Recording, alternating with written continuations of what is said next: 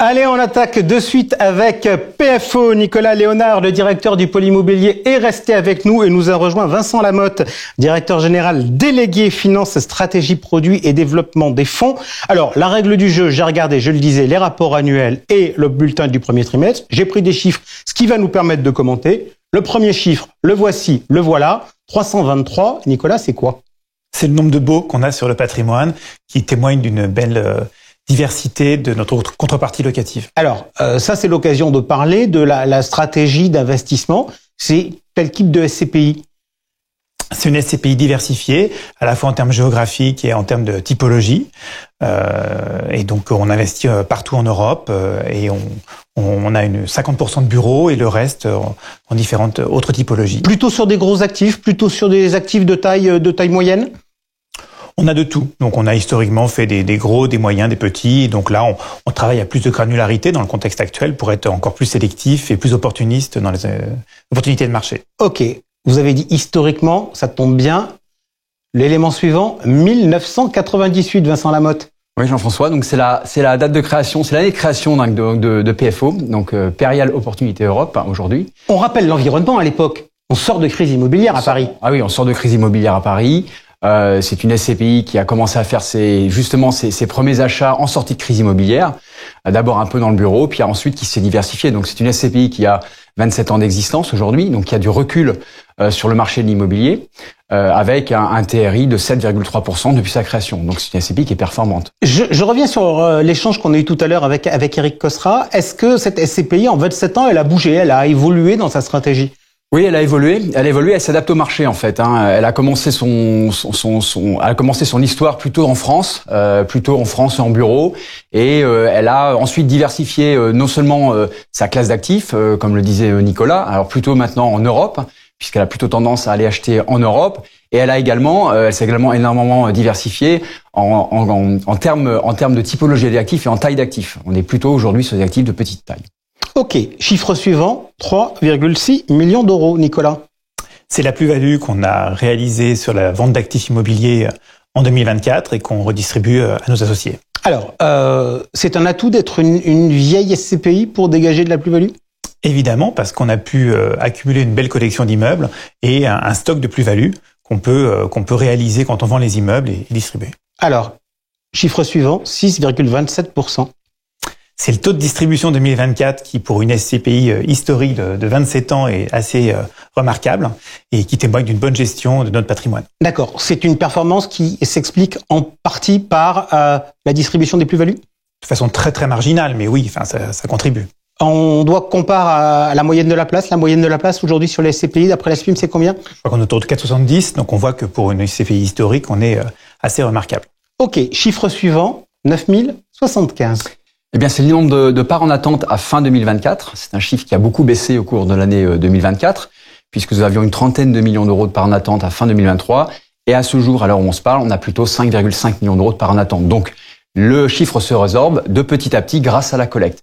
Alors, ça peut sembler beaucoup, mais en même temps, aujourd'hui, il faut 2 à 3 mois pour sortir de PFO. Donc, si on veut vendre ses parts, et c'est toujours moins que vendre un appartement aujourd'hui sur le marché où il y a une liquidité un peu moins importante. Ok, donc ça veut dire que c'est une SCPI avec 6,27% qui attire de nouveaux épargnants?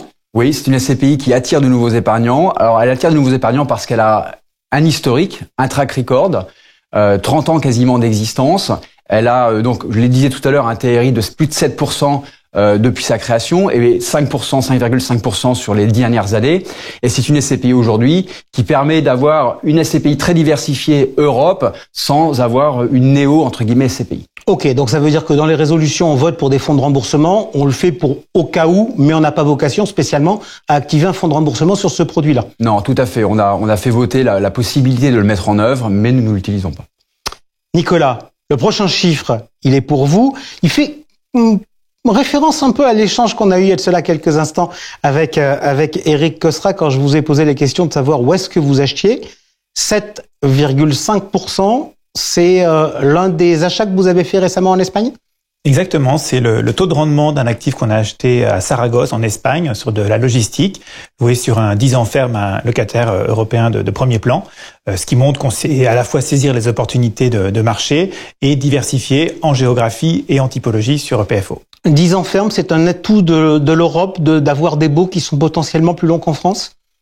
Oui, en moyenne, on a des baux plus longs sur l'Europe, avec une législation qui est un peu moins, je dirais, contraignante que nos 36912 qu'on connaît en France, où on peut avoir des périodes en effet très longues sur l'Allemagne, l'Espagne ou d'autres pays. Aujourd'hui, donc, diversification donc en 2024 sur la logistique. Aujourd'hui, vous cherchez plutôt dans quel type de segment pour vos prochains investissements?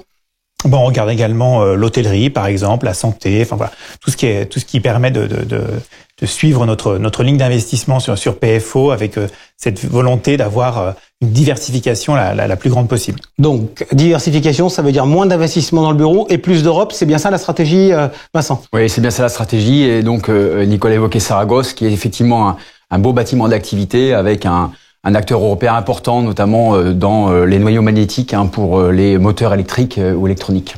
Donc, c'est vraiment cette typologie d'acteurs aujourd'hui qu'on souhaite accompagner en Europe.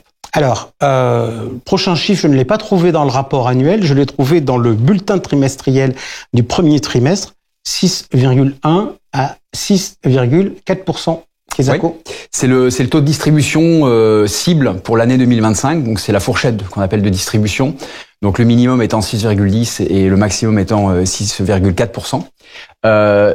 Notre objectif aujourd'hui, c'est plutôt évidemment de tangenter le plus élevé de ces deux chiffres.